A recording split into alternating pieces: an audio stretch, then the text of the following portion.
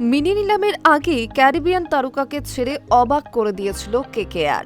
ফলে নাইটদের সঙ্গে তার ১১ বছরের সেই সম্পর্ক সাঙ্গ হয়েছে।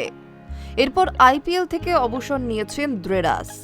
অবসরের সিদ্ধান্তের নেপথ্যে রয়েছেন শাহরুখ খান। এক সাক্ষাৎকারে এমনই জানিয়েছেন কেকেআর সিইও বেঙ্কি মাইসর। এক সাক্ষাৎকারে তিনি বলেন, ওকে ছেড়ে দেওয়া হবে শুনে প্রথমে কিছুটা কষ্ট পেয়েছিল।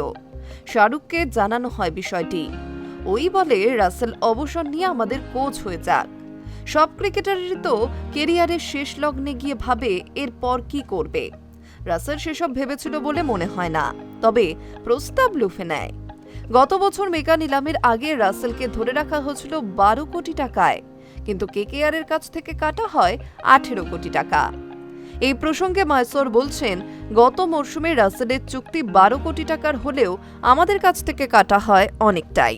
অনেকে এটা বুঝতে পারেননি। তারা ভেবে বসেন ১২ কোটি টাকার জন্য কেকেআর হয়তো রাসেলকে ছেড়ে দিল। কিন্তু এই ধরনের ছোট নিলামের ক্ষেত্রে ১৮ কোটি অনেক টাকা। এবার ১২ কোটিও অনেক টাকা হয়ে যাচ্ছে। এটুকু বলতে পারি, রাসেলের মতো ক্রিকেটারের দাম ১২ কোটির অনেক বেশি। তবে ওকে ছেড়ে দিয়ে ১৮ কোটি টাকা ফান্ডে থাকলে সেটা যথেষ্ট। সম্প্রতি এক সাক্ষাৎকারে রাসেল বলেছিলেন, উইসেন বোল্টের কথা ভাবুন, কিংবা এবি ডিভিলিয়ার্স। দুজনই কিন্তু কেরিয়ারের মধ্য গগনে থাকাকালীন অবসর নিয়েছিলেন। সেই সময় সকলেরই প্রশ্ন ছিল, কেন তারা এমন সিদ্ধান্ত নিলেন। এই মুহূর্তে আমিও কেরিয়ারের এমন জায়গায় রয়েছি, তাই মনে হয় আমার জন্য অবসরের এটাই সঠিক সময়।